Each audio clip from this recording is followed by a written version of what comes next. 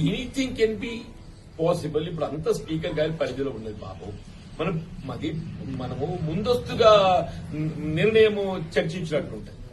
Speaker గారు definitely is elderly person, voice person. వారు ఏ నిర్ణయం తీసుకున్నా చట్ట ప్రకారం తీసుకుంటారని చెప్పారు బాగా. అక్కడ కలకత్తా హైకోర్టు ఏం జరిగింది, స్పీకర్ గారి నిర్ణయం ఏదైతుందో చట్టబద్దంగా జరగలేదు కాబట్టి మళ్ళీ దాన్ని ప్రశ్నిస్తే అప్పుడు కోర్టు ఇంటర్వ్యూనే. ఇక్కడ స్పీకర్ గారు అటువంటి అవకాశం ఇస్తారని నేను అనుకోలేదు. మన స్పీకర్ గారు చట్టబద్దంగా చేస్తారని అనుకుంటున్నా. మన స్పీకర్ గారి నిర్ణయం అనేది ఏదైతుందో సహేతుకంగా చట్టబద్దంగా ఉంటుందని నేను భావిస్తున్నాను.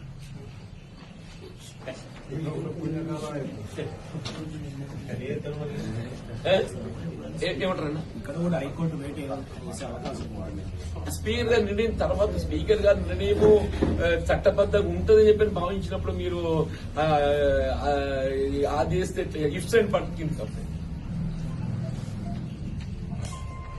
స్పీకర్ గారి నిర్ణయం సహేతుకంగా లేకుంటే, చట్టబద్దంగా లేకుంటే అప్పుడు ఆ సమస్య ఉత్పన్నమైంది.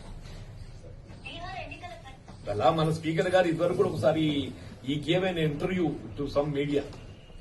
నాకు చట్టం పట్ల గౌరవం ఉన్నది, నేను చట్టబద్దంగా వ్యవహరిస్తా, ఫిరాయింపుల చట్టం అనేది ఏదైతుందో రాజ్యాంగబద్దంగా అది అమలు చేస్తున్నటువంటి ఒక నిర్దేశం. అది దాని నిబంధనలకు అనుగుణంగా నేను నిర్ణయం తీసుకోవడం జరుగుతుందని చెప్పి మరి ఇంటర్వ్యూ చూస్తాను స్పీకర్ గారు. లెట్ us keep సార్ జగిత్యాలలో